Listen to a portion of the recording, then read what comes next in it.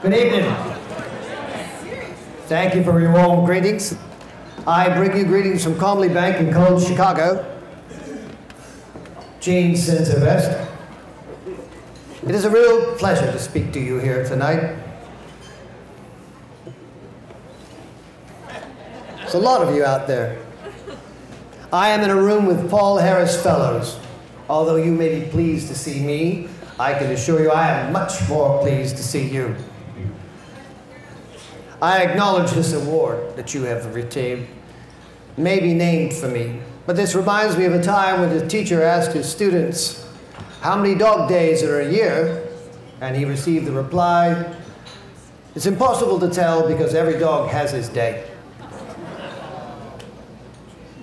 This award is not about me, it's about you. It's about your supportive spouses, your understanding families, your individual Rotary Club, and your personal dedication to the ideals of the Rotary movement. It is indeed humbling for me to be in the company of such passion for the work of Rotary and its noble ideals. Your commitment to be fellows of mine is a mark of the high character of Rotarians around the world. Goodness, my, how this organization has changed. I look out there and I see among my Paul Harris brethren, Paul Harris sistren.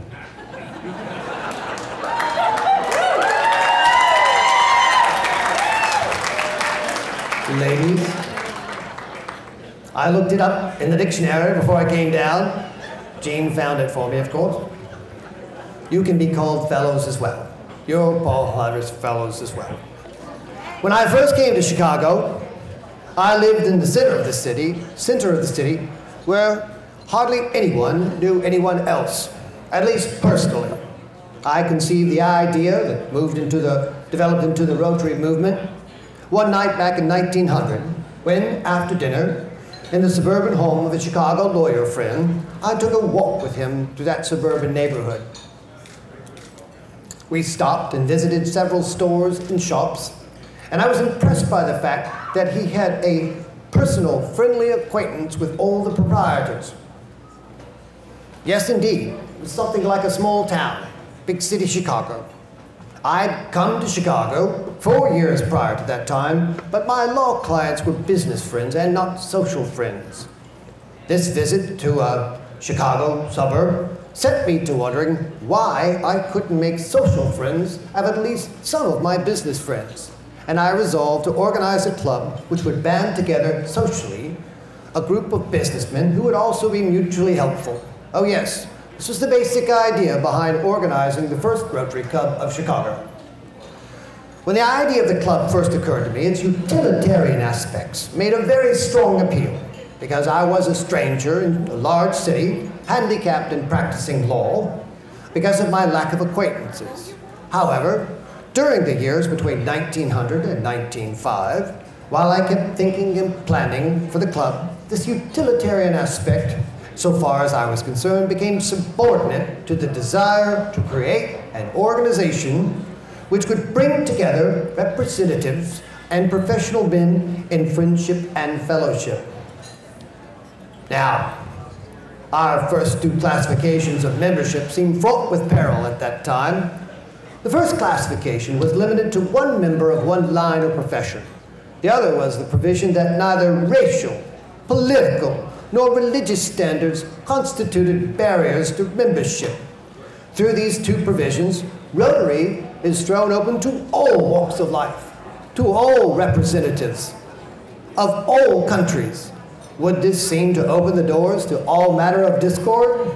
One might think so. In fact, many have said that the human ingenuity could have hardly devised a plan of organization more fraught with peril. And herein lies the genius and glory of Rotary. As the club developed, the idea of mutual helpfulness gave way to the idea of general helpfulness, now epitomized in the ideals of Rotary service. Back in 1905, when that first club was organized, I had no thought whatsoever it would develop into a worldwide movement, but my ambitions were soon aroused. I became convinced that the idea of Rotary could be developed into an important movement.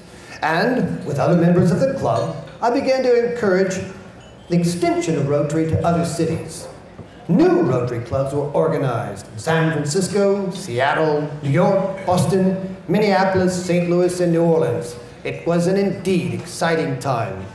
In 1910, Rotary extended to Canada and Winnipeg and became an organization with an international vision and increasing nobility of purpose.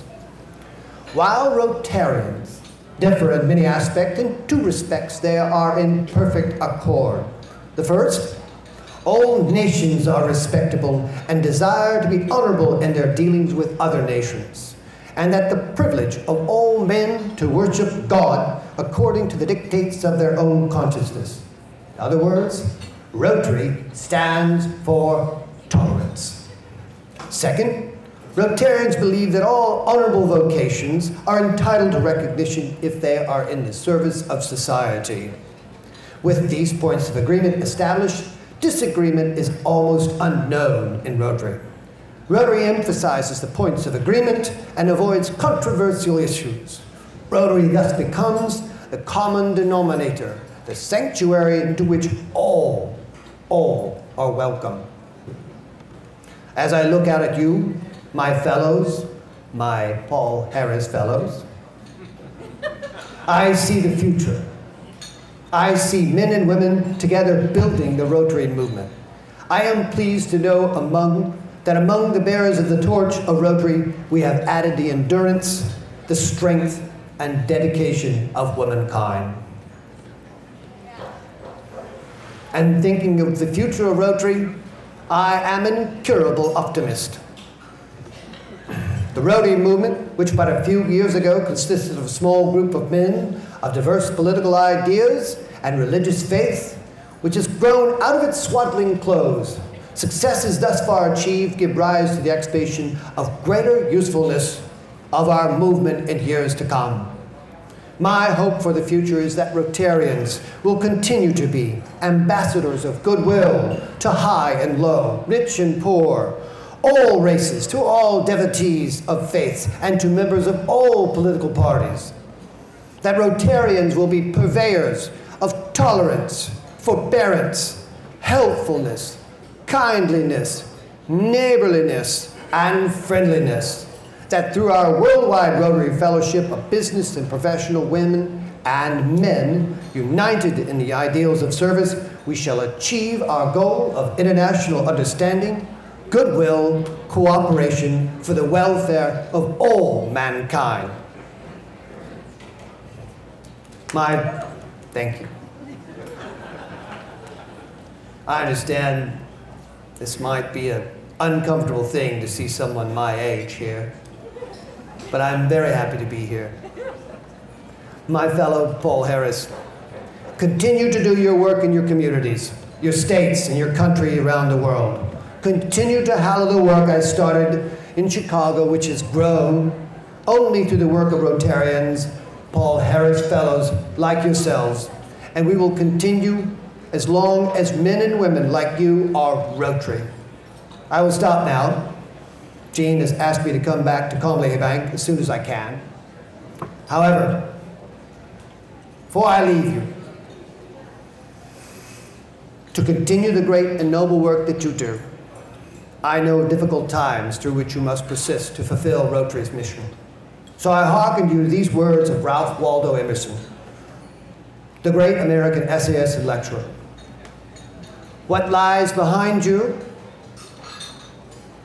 and what lies in front of you pales in comparison to what lies inside of you. Good night. Where's my hat?